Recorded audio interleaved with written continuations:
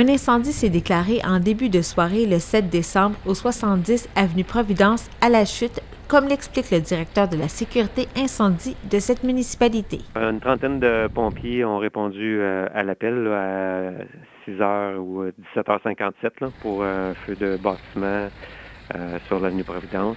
Et à notre arrivée, on avait un embasement quasi généralisé du bâtiment. Et donc, à ce moment-là, est-ce que vous avez fait appel aussi à une autre équipe, donc, d'une autre municipalité? Oui, on a fait appel à nos collègues de Brunswick-Chatham pour une couverture caserne afin d'assurer la sécurité des autres citoyens là, sur notre territoire. Cet incendie est suspect, d'après l'agent d'information de la Sûreté du Québec. On parle d'une résidence qui est abandonnée, donc pas de service, d'électricité, autre. Donc, suite, lorsque l'incendie a été éteint, le dossier a été transféré à la Sûreté du Québec. On parle d'un incendie suspect. Donc, il n'y aura pas de scène qui va être effectuée par les techniciens, étant donné qu'il n'y a plus de scène à faire.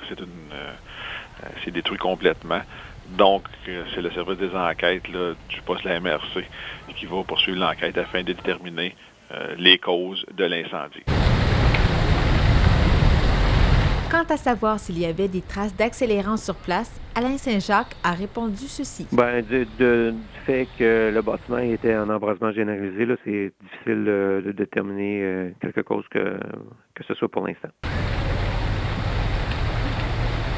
D'après la Sûreté du Québec, cette maison devait être éventuellement démolie. Oui, cette maison devait être détruite, mais par contre, elle était incendiée avant que ce service-là soit effectué.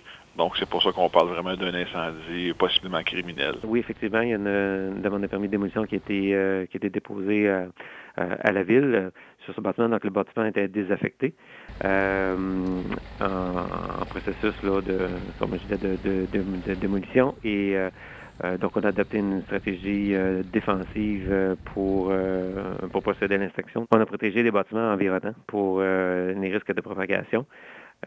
Et faites usage de l'eau au minimum là, pour pas créer d'enjeux environnementaux par les écoulements d'eau à la rivière.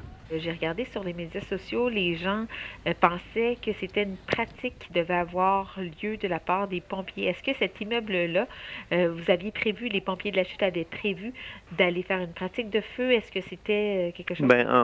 Oui, en fait, au cours de la dernière année, on a eu l'autorisation des propriétaires, et on les remercie d'ailleurs, de pouvoir aller faire des pratiques dans ce bâtiment-là. Oui, on a déjà participé à des pratiques sur les lieux, mais hier soir, il n'y avait pas aucune pratique de planifier cet effet-là. Il n'y a eu aucun blessé lors de cet incendie, selon Marc Tessier.